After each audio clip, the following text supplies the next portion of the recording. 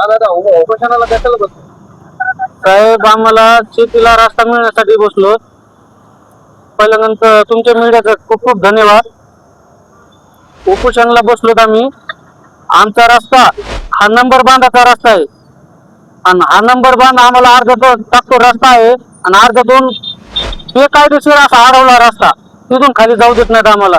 त्यामुळे आम्हाला रस्ता खुला करून देण्यामुळं आम्ही उपोषणाला बसलेलो आहे.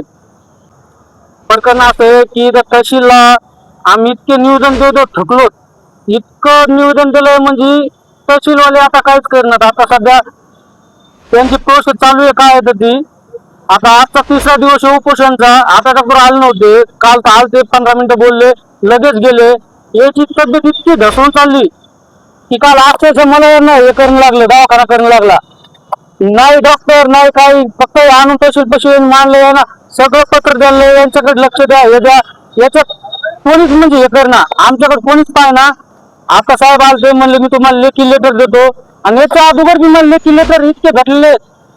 खूप तहसीलदार साहेब स्पॉटवर येऊन सगळं पाहिलेलं आहे, पण ते सगळं रस्ता खुला करून द्यायला नाही आमचा.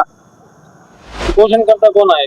उपोषण करते माझे वडील आहेत, आई आहे, हे शेजारी आहेत, हे शेजारी आहेत, पुन्हा चुलती आहे. मी उपोषण करताना यांचा मुलगा आहे. फक्त यांची काळजीपोटी मी इथं आलो की मला माहिती आहे या शासनाच्या याच्या द्यायला नाही भेटन का नाही. मला सगळं अशी हे वाटते अशी की भेटन का नाही. आणखी सगळं आमच्या उपोषणला बसून सगळं रस्ता मोकळा करून सगळे डॉक्युमेंट हे सगळे त्यांच्या हातात आहेत, पण ते काम कोणी करायचं? दुर्लक्ष करणे सरकारी कर्मचारी. एकच सरकारी कर्मचारी दखलच घ्या ना आमची. 2 घंट्याचा रस्ता आहे माझा, जर नियमन जर मोकळा करायला लागले का 2 घंट्याचा रस्ता मोकळा करायला 8 वर्ष झालं. हे तहसीलदार साहेब 8 वर्ष झालं मला काम नाही देत नाहीत. शेतकरी कसा जातोय, कसं काम करतोय हे कमी हे करत नाहीत. शेतकऱ्यावर रस्ता नसतो का? ते कायदेशीर कुठून रस्ता कोणी काही करायले. आणि आता इथून उठणार मी कलेक्टर ऑफिसला जाऊन बसणार. कलेक्टर ऑफिस मध्ये माझी दखल नाही घेतली तर मी डायरेक्ट आझाद मैदानाला जाणार आहे.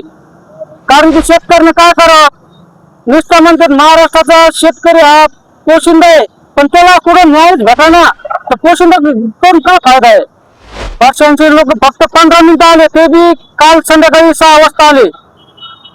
त्यांनी नाही डॉक्टर कोणता पाठविला. इतके 82 वर्षाचे दमा आहे त्यांना, भीती आहे त्यांना, फाईल सगळं सबमिट केली तरी यांचं पण लक्ष देत नाही.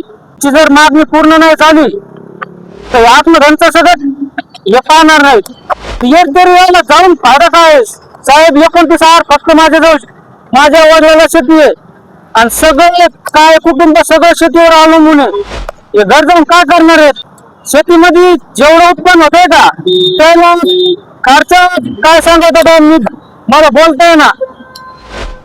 सगळं शेतीवर अवलंबून आहे, पण शेतीसाठी रस्ताच नसला शेतकरी करणार आहे काय? सर्व प्रशासनाला आपली एवढीच विनंती आहे की लवकरात लवकर याची काळजी घ्या आणि आम्हाला न्याय द्या.